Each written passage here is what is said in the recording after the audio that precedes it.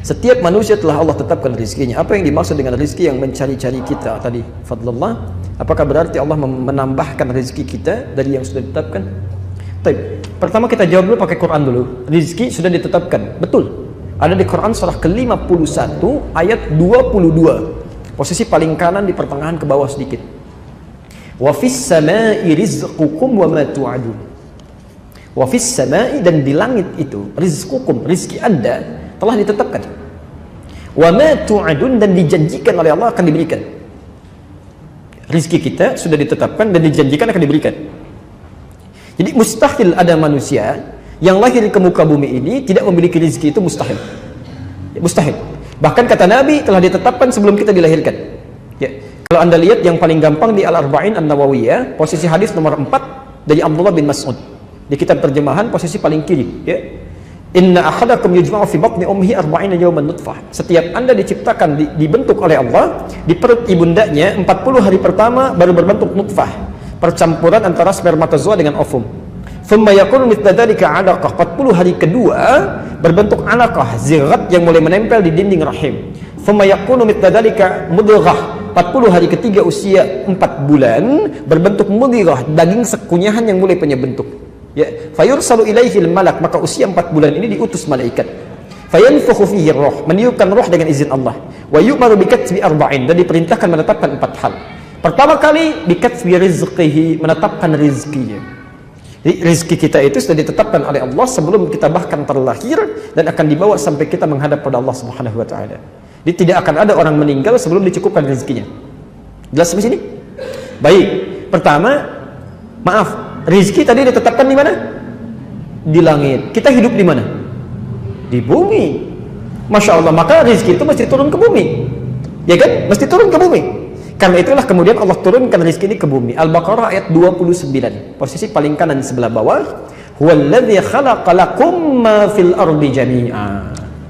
Dan kemudian Allah ciptakan, jadikan untuk kamu semua yang ada di bumi untuk kamu. Karena kamu tinggal di bumi, rezekinya kami turunkan ke bumi. Jelas ya? Rezeki ditetapkan di langit, kita hidup di bumi, diturunkan ke bumi. Baik. Sekarang ibu bapak tinggal di mana? Enggak, di Kelapa Gading. Bumi kan luas. Bumi luas, ya. Hati-hati. Barangkali Anda di Kelapa Gading, rezekinya ternyata ada di Sumatera.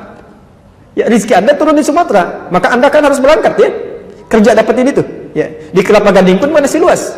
Ya, tinggal di Istiqamah, rezekinya di mall misalnya kan, dekat mall sana. Maka kan harus berangkat kan? Harus kerja, harus beraktivitas. Maka turun Quran surah kedua Al-Baqarah ayat 168. Posisi paling kanan sebelah bawah, ketentuan umum. Ya ayyuhan nasu, hei manusia, kulu mimma fil ardi halalan thayyiba. Silahkan Anda bekerja, beraktivitas untuk cari makan itu. Ini bahasa kiasan, kinayah kalau dalam bahasa Arab. Meminjam satu kata, pas prototo untuk mewakili yang lainnya. Bapak kan ditanya, Pak mau kemana? Mencari sesuap nasi. Ya, padahal nggak sesuap kan? Anda cari untuk di rumah, untuk pakai, untuk macam-macam. Ini bahasa Quran asalnya. Ya. Kulu mimma fil ardi, silahkan cari makan di muka bumi. Silahkan bekerja, aktivitas. Silahkan cari. Ya. Jadi pertama, rezeki itu menuntut pencarian. Dan itu ditetapkan oleh Allah kepada seluruh manusia. Hukum Allah berlaku di bumi, sunnatullahi fil kaun. Jadi maaf, rizki itu pertama terkait dengan ikhtiar kita. Jadi kalau ada orang misalnya, mohon maaf ya, ada orang walaupun soleh sesoleh apapun tidak mau berikhtiar, nggak akan turun juga. Dia harus cari. Ya. Dan tidak ada hubungan dengan iman. Kaya tidak ada korelasi dengan iman. Misal, mohon maaf, kenapa ya saya sholat, tapi kok orang itu nggak sholat dia kaya? Ada kata-kata itu, Pak.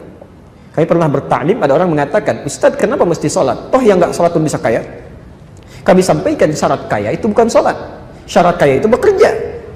Jadi kalau Anda nggak kerja keras seperti dia, ya nggak akan dapat rezeki Anda. Sholat itu menjadikan kaya Anda menjadi berkah. Harta Anda bermanfaat, itu fungsi sholat. Dan bisa mempercepat kalau sholat Anda benar. Ya.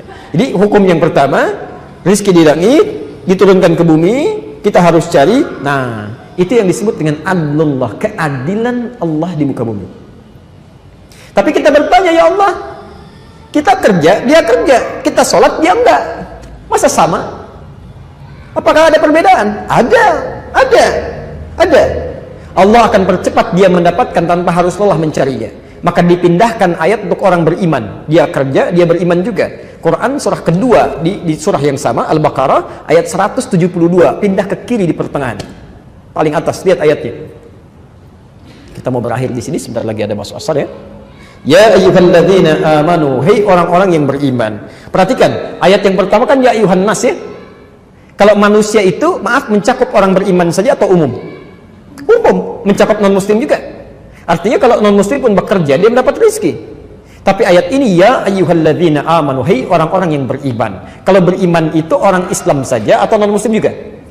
Islam saja. Ya ayyuhalladzina amanu, kulu min thayyibati ma razaqnakum. Silahkan dapatkan rezeki yang telah kami sediakan. Bukan kita yang capek mencari, tapi Allah yang sediakan. Tapi yang menarik, perhatikan.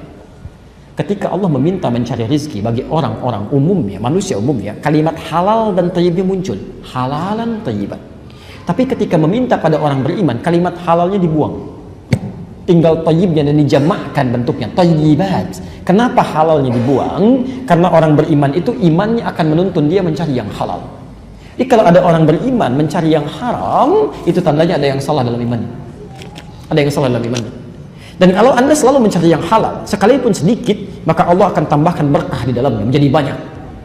Lihat, kalimat tadi halalan thayyibah. Halal, thayyib, thayyibnya tunggal. Nanti kita bahas dengan rinci saat masuk ayat ini. Thayyiban itu bentuknya mufrad. Mufrad itu tunggal, satu. Jadi kalau orang-orang tidak beriman, mendapatkan rezeki sebanyak apapun, kelihatannya sedikit. Satu aja kecil. Kecil. Ya, 1 miliar kecil aja. 10 miliar sedikit aja. Makanya dibuat capek, kerja lagi, dapat, tapi kelihatan seperti kecil, nggak ada kenikmatan. Tapi orang beriman, thayyibat, dijamakkan bentuknya oleh Allah ingin memberikan pesan. Kalaupun kamu dapat kelihatan sedikit, tapi kami berikan berkah di dalamnya. Masya Allah. Diberikan 500.000, sebulan gak habis-habis. Mau makan, temannya traktir. Pengen buah dari desa kirim. Masya Allah. 500.000 gak habis-habis. Orang 50 juta 3 hari habis. Masya Allah.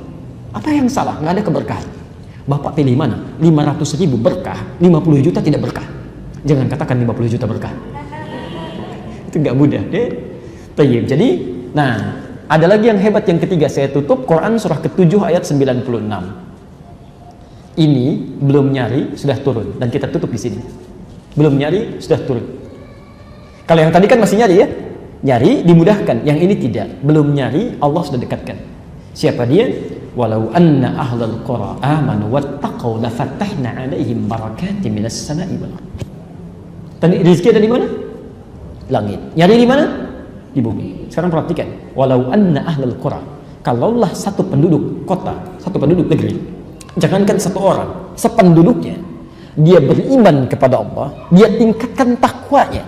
Dia kerja, dia sholat juga, dia kerjakan sunnahnya, dia puasa sunnah, masya Allah, masya Allah. La fatahna alaihim, kami akan buka untuk orang ini barakatin, pintu keberkahan rizki, masya Allah, minas sama'i wal ardh, langit dan bumi.